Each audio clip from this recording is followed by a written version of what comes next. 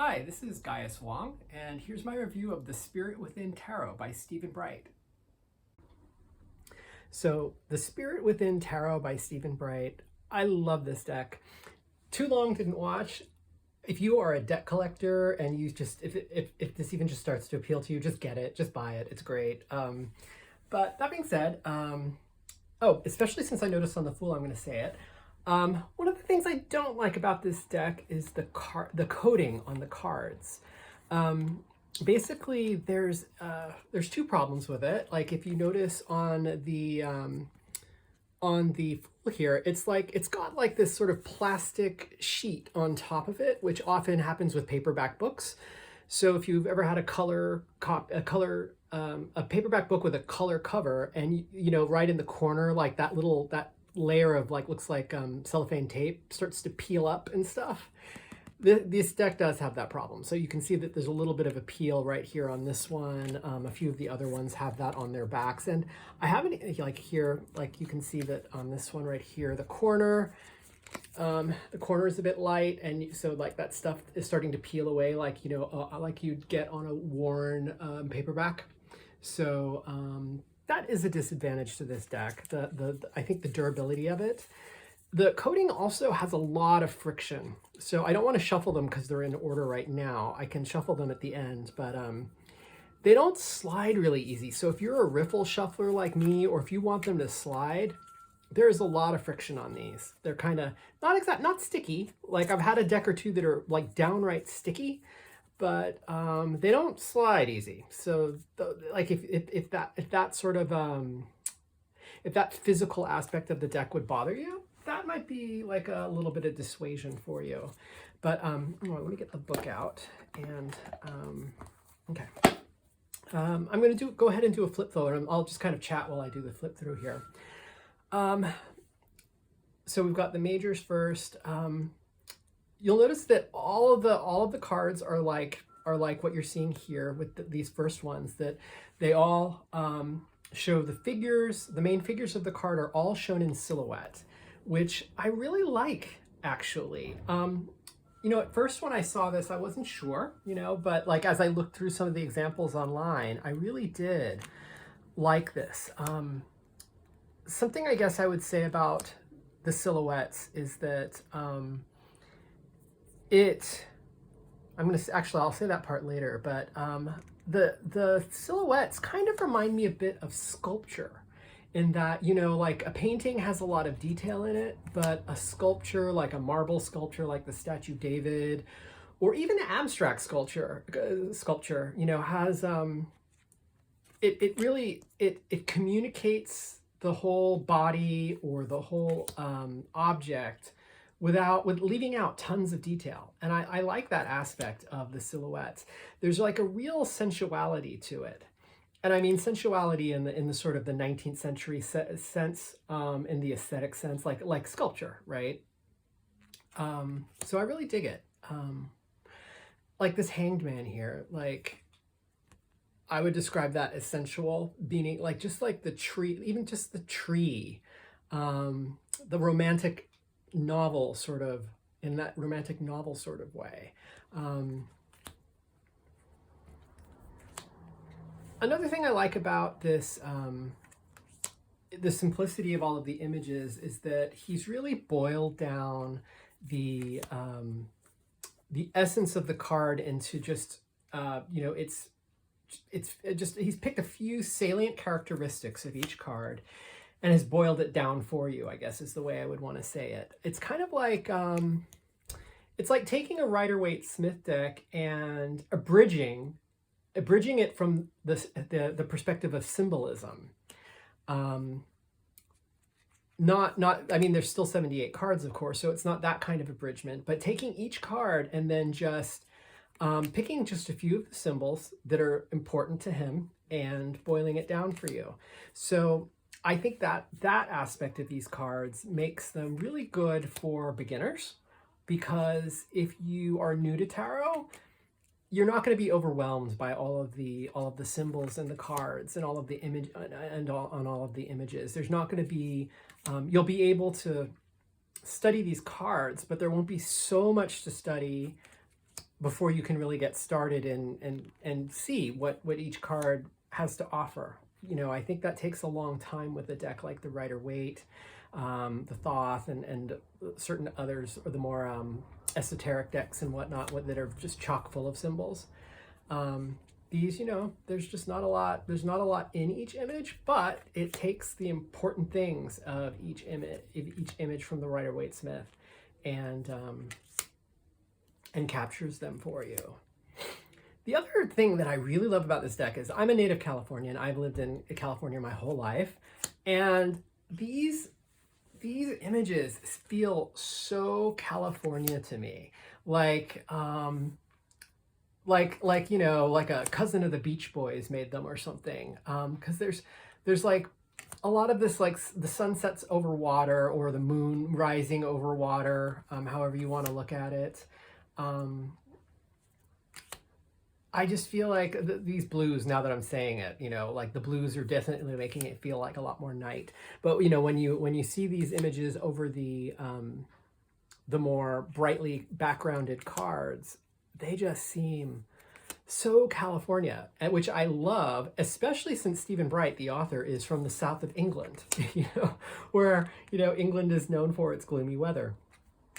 So, I love that about this deck, that it just feels so California outdoors. And actually, I mean, in a lot of the cards you can tell because of the silhouette that the figures are wearing shorts. And I think it is meant to have that warm, outdoorsy, summertime feel because of just the fact that people, oh, here we go, you know, he's wearing shorts. Something else that I was surprised about in this deck is, you know, I was thinking that because everything is in silhouette, it would, oh, here's another example of where the edges of the card are peeling away, even though I don't use this deck that much, you know, and I haven't shuffled it that many times in comparison to like my favorite decks, you know. What was I saying? Oh, one thing I thought that when I got this, because of the silhouettes, is I thought it would be devoid of race and diversity. I thought it would be like the way emojis used to be when smartphones were still fairly new and just all emojis were yellow. You know, it's just like it's all the Simpsons, right? The Simpsons are just kind of yellow, right? Or emojis, although the smiley faces are just yellow. And since, of course, you know, we have skin toned ones now. But I'm curious what you think, but when I look at this deck, I absolutely see features of ethnicity and race in the silhouettes, which I actually really like. So there's diversity in it in a very subtle way, but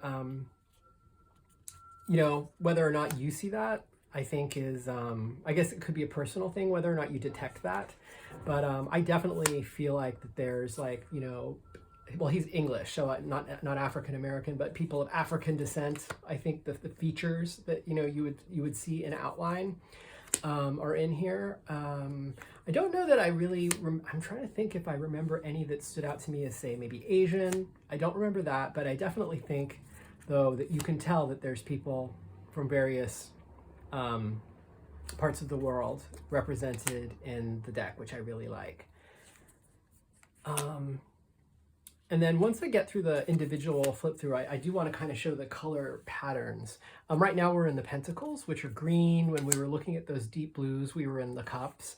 The one thing I don't like about the color tone is the color of the swords, which I might as well just start talking. We can get there in just a second. The last couple cards here. King of Pentacles, there we go. So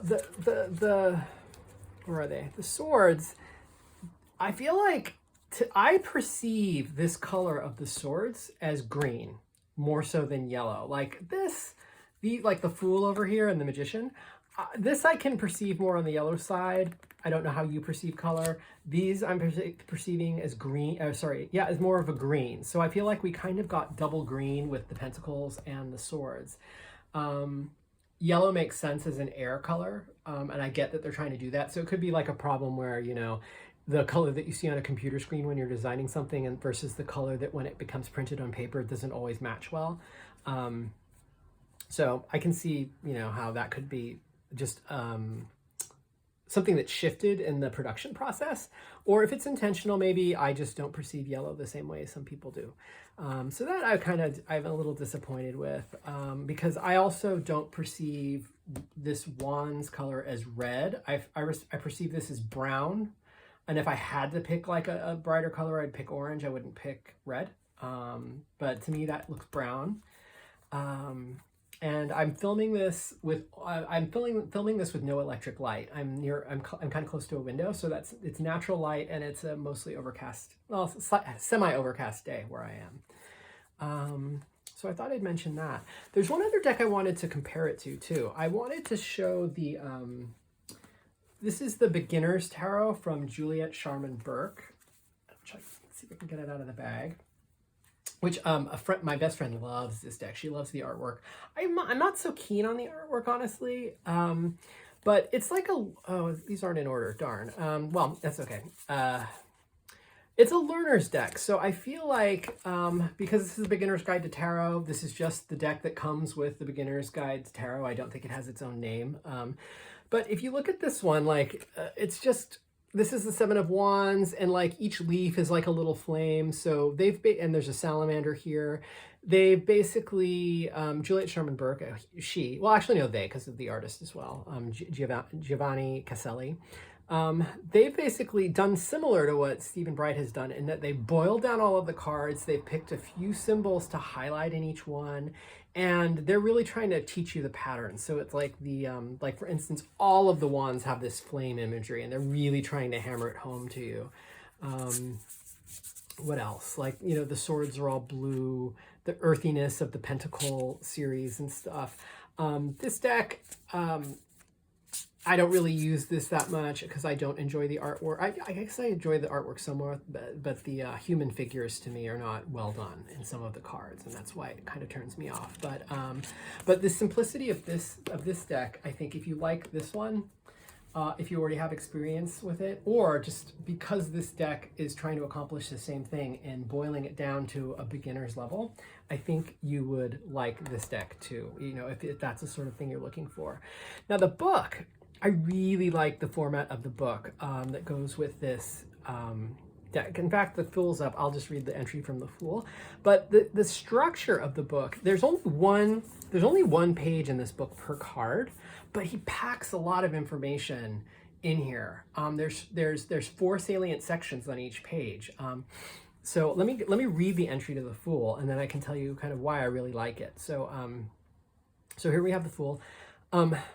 I am the one without fear, unafraid of taking a leap of faith. Some call me naive, since planning isn't part of my makeup, but others find my approach to life refreshing, since they enjoy my unpredictability. With pure heart and open mind, a figure steps out from the cliff's edge. He is excited about this new chapter of life and wants the world to share his enthusiasm. A dog watches from a safe distance. He is excited too, but errs on the side of caution. The Fool brings new and vibrant possibilities to a reading. You will feel unbound by your past and ready to take an exciting step into a new hobby, job, or partnership. Now is the time for you to try something you'd previously thought impossible, but remember that there is a fine line between chance and foolish risk. Keywords: new beginnings, spontaneity, childlike wonder, seize the moment. Now, I love the structure of this, that there's sort of, I'll say it. I think he anthropomorphizes the card a bit. He speaks in the voice of the card by saying I in this introductory paragraph, which is really great. I think a lot of people will resonate that, and I think a lot of learners, that'll help people learn. And then he actually describes what we're seeing in the scene on the card. Which a lot of the smaller books that come with decks this size, they don't do that. They just kind of talk about the meaning without actually connecting the deck or the picture on the card to what's in the book. So I really like that he does that. Then he has the paragraph about what the card means, and then he has some keywords for us. So for a tiny book with 1 card per page, I think he packs a lot of information in here. I just flipped it open to the Two of Cups. Let me read the entry for that one too. So Two of Cups, now I lost the page. Here we go. Two of Cups. You will meet me when you first encounter a new friend or potential lover. I'm about meetings, unions, attraction, and the bringing together of opposites. A couple sits at a table under the setting sun. They hold out their glasses to toast their relationship. The Two of Cups is a card of union. While it can indicate romantic attraction and dates, it can also foresee important friendships and partnerships. It will foretell significant emotional connections. Keywords: partnership, attraction, romance, friendship. That is so simple and succinct, but it gives you 4 different perspectives on the meaning of the cards. And I think like people with different learning styles can really dig, you know, I think different people will resonate with different aspects of this. I think some people, memorizers, might just like the keywords. People who need to tell stories to themselves in order to remember things, they might really like the first person description of who this card is. Visual people might like to connect the meaning to the description of what we're supposed to be looking at in this picture. So yeah, I really like the book a lot. It's really well done, this deck. So like I kind of said at the beginning, if anything about this appealed to you, you know, just the silhouette, the energy of these cards, the simplicity of the cards, the artwork. If any of these things appeal to you, I would say go ahead and get it. I wouldn't worry so much about the card stock unless that's your bugaboo, you know. But if it's not, I think this is a really nice addition to anyone's collection. I think that's all I'm going to say. Hope you found this helpful, and take care.